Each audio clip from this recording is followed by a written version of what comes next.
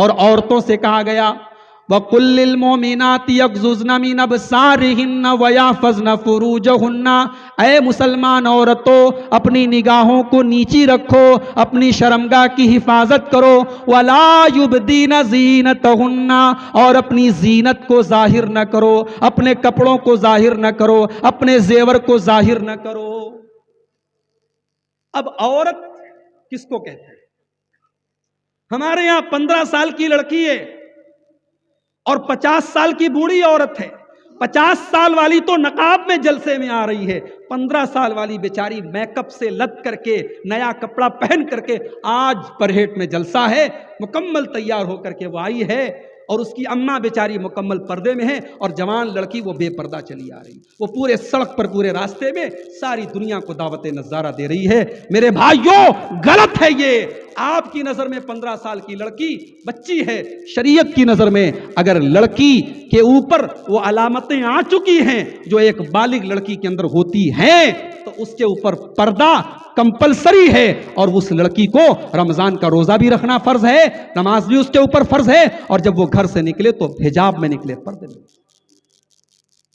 ایک طرف ہماری وہ بہنیں جو دشمنوں کی صف میں کھڑی ہو کر کے اپنے حجاب میں نعرے تکبیر لگا رہی ہیں، اور ایک طرف ہماری بہنیں ہیں میرے بھائیوں، ہماری وہ بہنیں ہیں کہ جو اپنے علاقے میں اور اپنے ماحول میں جہاں حجاب کا کوئی مسئلہ نہیں ہے وہاں بھی وہ حجاب اور پردے کے بغیر نکل رہی ہیں۔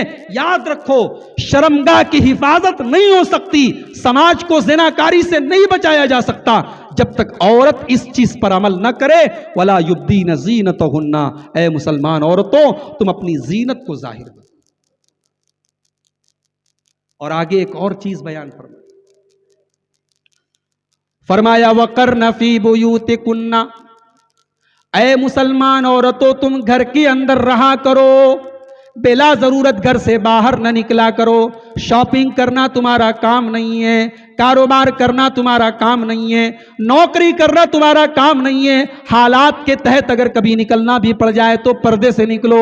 وَقَرْنَ فِي بُيُوتِكُنَّ، اے عورتوں تم اپنے گھروں کے اندر رہا کرو، وَلَا تَبَرَّجْنَ تَبَرُّجَ الْجَاهِلِيَّةِ الْأُولَى، اور جب گھر سے تم نکلو تو بناؤ سنگار کر کے، میک اپ کر کے، لپسٹک لگا کر، پرفیوم لگا کر کے نہ نکلا کرو۔ یہاں تک کہا اللہ کے نبی نے اگر کوئی عورت خوشبو لگا کر کے مسجد میں آتی ہے نماز پڑھنے کے لیے، ایسی عورت کی نماز قبول نہیں ہوگی، 40 دن تک اس کی نماز قبول نہیں ہوگی اگر وہ خوشبو لگا کر کے مسجد میں آتی۔ اتنا خطرناک مسئلہ ہے میرے پیارے بھائیوں۔ اللہ نے کہا والذین هم لفروجہم حافظون، جو اپنی شرمگاہ کی حفاظت۔ اب ایک سوال پیدا ہو، اے اللہ لڑکا جوان ہو گیا، لڑکی جوان ہو گئی، دونوں کے اندر طلب ہے، مرد کو عورت کی ضرورت ہے، عورت کو مرد کی ضرورت ہے، اور اے اللہ تو کہہ رہا ہے کہ شرمگاہ کی حفاظت بھی کرنا ہے، تو پھر ہم کیا کریں؟ اللہ کہتا ہے ہم تجھے حلال طریقہ دے رہے ہیں، ہم تجھے حلال الٹرنیٹ دے رہے ہیں۔ اِلَّا عَلَىٰ أَزْوَاجِهِمْ أَوْ مَا مَلَكَتْ أَيْمَانُهُمْ، اپنی بیوی کے ساتھ تو نکاح کر کے اپنی شاریرک ضرورت کو پورا کر لے، اپنی جنسی خواہش کو پورا کر لے۔ اللہ تعالیٰ نے قدرتی طور پر تیرے اندر جو ضرورت رکھی ہے اس ضرورت کو تو پورا کر لے۔ فَمَنِ ابْتَغَىٰ وَرَاءَ ذَٰلِكَ فَأُولَٰئِكَ هُمُ الْعَادُونَ، اب جب شادی ہو گئی، تجھے جائز طریقے سے تیری ضرورت پوری ہو گئی، اب تو اگر ادھر ادھر منہ مارے گا تو تو اللہ کے قانون سے بغاوت کرنے والا ہے، تو زنا کرنے والا ہے، تو بدکاری کرنے والا ہے، تو اللہ کا باغی ہے، تو کامیاب نہیں ہو سکتا، تو جنت میں نہیں جا سکتا۔ تو یہ چیز ہے میرے بھائیوں شرمگاہ کی حفاظت کرنا ہے۔ اسی لیے اللہ کے نبی فرماتے ہیں مَن یضمن لی ما بین لحیہ وما بین رجلیہ یضمن لہ الجنہ، دونوں پیروں کے بیچ میں جو چیز ہے یعنی شرمگاہ، اور دونوں داڑھ کے بیچ میں جو چیز ہے یعنی زبان، جو زبان کی گارنٹی لے لے، جو شرمگاہ کی گارنٹی لے لے، میں اسے جنت کی گارنٹی دیتا ہوں۔ اسی لیے اللہ کے نبی فرماتے ہیں عورت 4 کام کر لے وہ جنت کے جس دروازے سے چاہے وہ جنت میں چلی جائے گی۔ اذا صلت المرأة 5، 5 ٹائم کی نماز کی پابندی کرے، وصامت شہرہا رمضان کا روزہ رکھے، واطاعت زوجہا شوہر کی خدمت اور اطاعت کرے، واحسنت فرجہا اور اپنی شرمگاہ کی حفاظت کرے۔ 4 کام عورت کر لے، کچھ اور نہ کرے، دخلت من ابواب الجنت شاءت، وہ جس دروازے سے چاہے جنت میں جا سکے۔ 5 چیزیں ہو گئی۔ نمبر 6 اور نمبر 7، 2 چیزیں اللہ تعالیٰ نے ایک ہی آیت کے اندر اکٹھا بیان کی۔ والذین هم لاماناتہم وعہدہم راعون، کامیاب لوگوں کی چھٹی کوالٹی، وہ اپنی امانت میں خیانت نہیں کرتے۔ اب امانت کس کو کہتے ہیں؟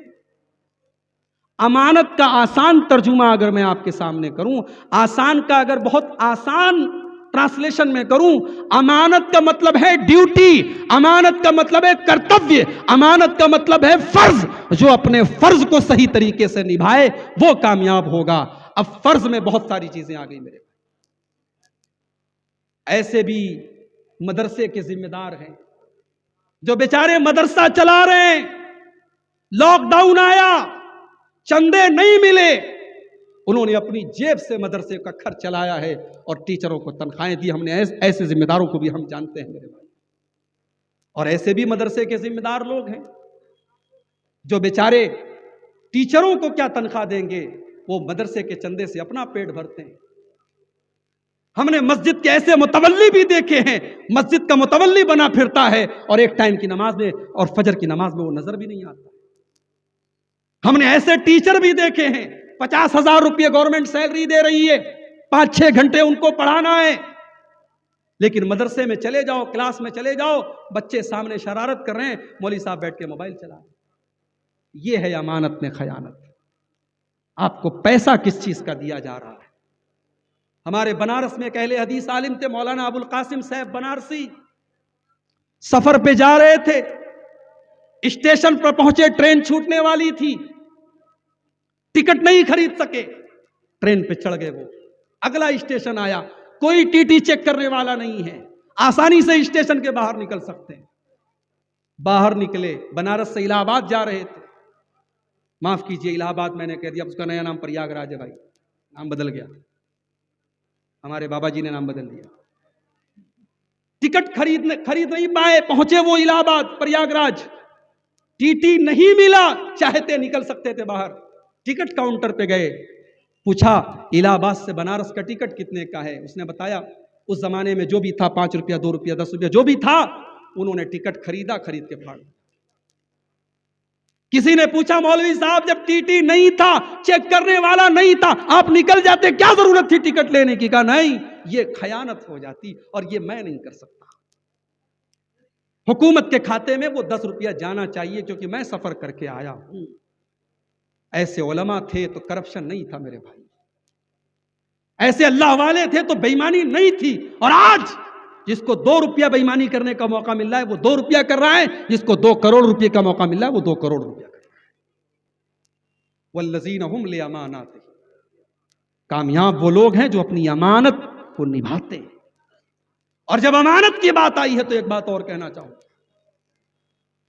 ماں باپ سن لیں، بچے بھی آپ کی امانت ہے، جوان بیٹی بھی آپ کی امانت ہے، جوان بیٹا بھی آپ کی امانت ہے۔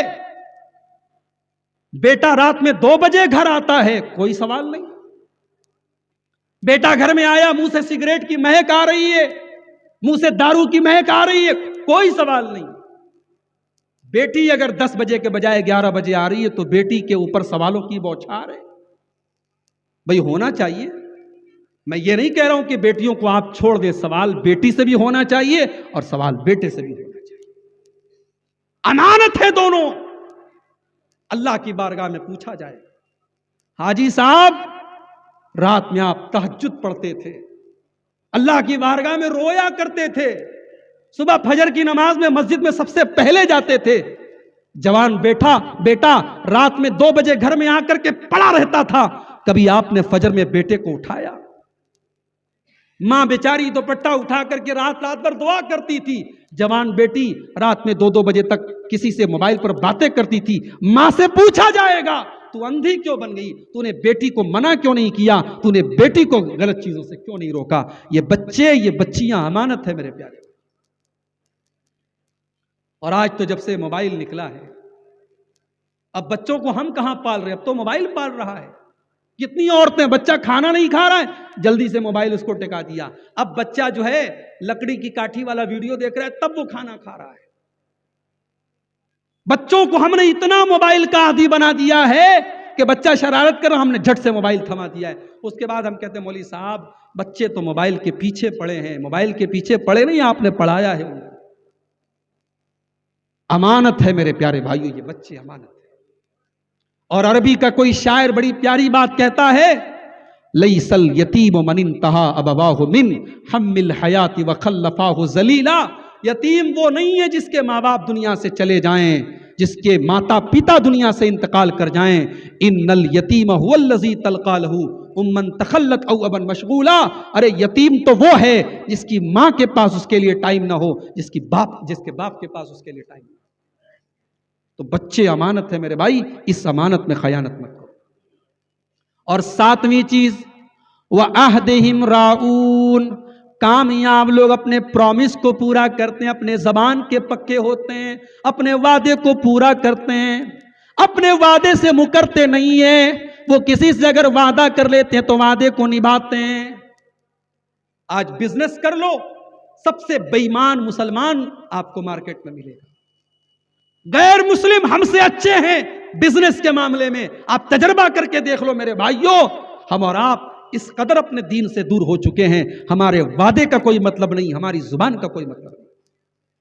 اسی لیے اللہ کے نبی فرماتے ہیں، اربع من کن فیہ کان منافقا خالصا، چار چیزیں جس کے اندر پیدا ہو جائیں وہ پکا منافق ہے۔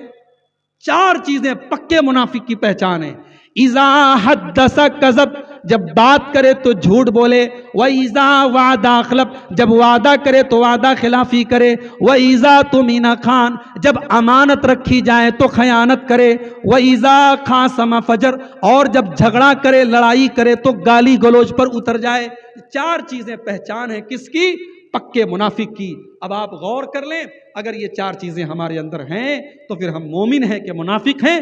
حدیث فیصلہ کر دیتی ہے، فتویٰ لگا لینا۔ حدیث میں آپ کو دے کے جا رہا ہوں، یہ چار چیزیں ہیں جس کے اندر ایک چیز یہ بھی ہے کہ جب وعدہ کرے تو وعدہ خلافی کرے۔ اسی لیے اللہ نے کہا کہ کامیاب لوگوں کی ساتویں کوالٹی یہ ہے، وَعَہْدِهِمْ رَاعُونَ، وہ اپنے وعدے کے پکے ہوتے ہیں۔ اب آخری چیز، نمبر 8، والذین هم علی صلواتہم یحافظون، کامیاب لوگوں کی 8ویں خوبی یہ ہے وہ اپنی نمازوں کی حفاظت کرتے ہیں۔ اللہ اکبر، حفاظت کا مطلب سمجھتے ہو؟ بھئی ایک موبائل ہے 500,000 روپے کا، اور ایک موبائل ہے ایپل کا آئی فون لاکھ روپے کا، 1.25 لاکھ روپے کا۔ اب 1.25 لاکھ روپے کے موبائل کو آپ کتنا سنبھال کر کے رکھیں گے؟ نماز آپ کے آئی فون سے بھی زیادہ قیمتی چیز ہے، نماز کی حفاظت کرو۔ عصر کی نماز کا ٹائم ہے، اللہ کے نبی اپنے صحابہ کے ساتھ سفر پہ گئے ہوئے ہیں، دشمنوں کو پتا چلا کہ اللہ کے نبی اور آپ کے صحابہ آئے ہوئے اور عصر کی نماز کا ٹائم ہے۔ بخاری کے الفاظ ہیں، دشمنوں نے میٹنگ کی اور آپس میں مشورہ کیا کہ یہ وہ نماز کا ٹائم ہے جس نماز کو مسلمان اپنی جان سے زیادہ پیارا مانتے ہیں، اور جس ٹائم کی نماز کو وہ کبھی نہیں چھوڑتے ہیں، کا بڑا اچھا موقع ہے، چلو حملہ کر دیتے ہیں۔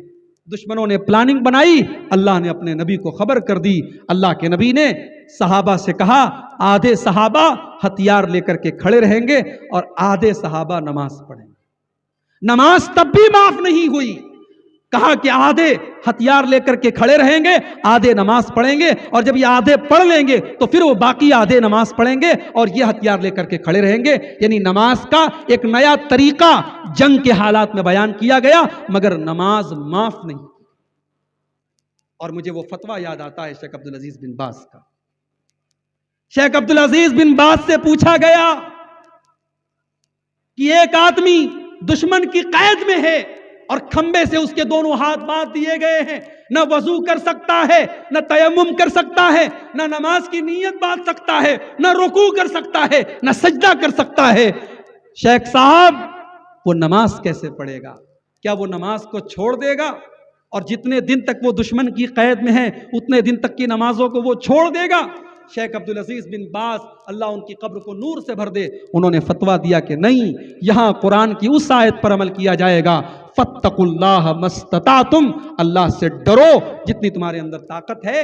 اس کے ہاتھ کھمبے سے بندھے ہیں، وہ وضو نہیں کر سکتا ہے نہ کرے، وہ تیمم نہیں کر سکتا ہے نہ کرے، اگر اس کا چہرہ قبلے کی طرف ہے اچھی بات ہے، اگر نہیں ہے تو جس حال میں ہے اسی حال میں وہ اپنے سر کے چہرے کے اشارے سے رکوع کر لے، سجدہ کر لے، اور اسی حال میں وہ نماز پڑھ لے۔ نماز اس حال میں بھی معاف نہیں ہے میرے پیارے بھائیوں۔ آج جلسہ ہو رہا ہے برہیٹ کے اندر،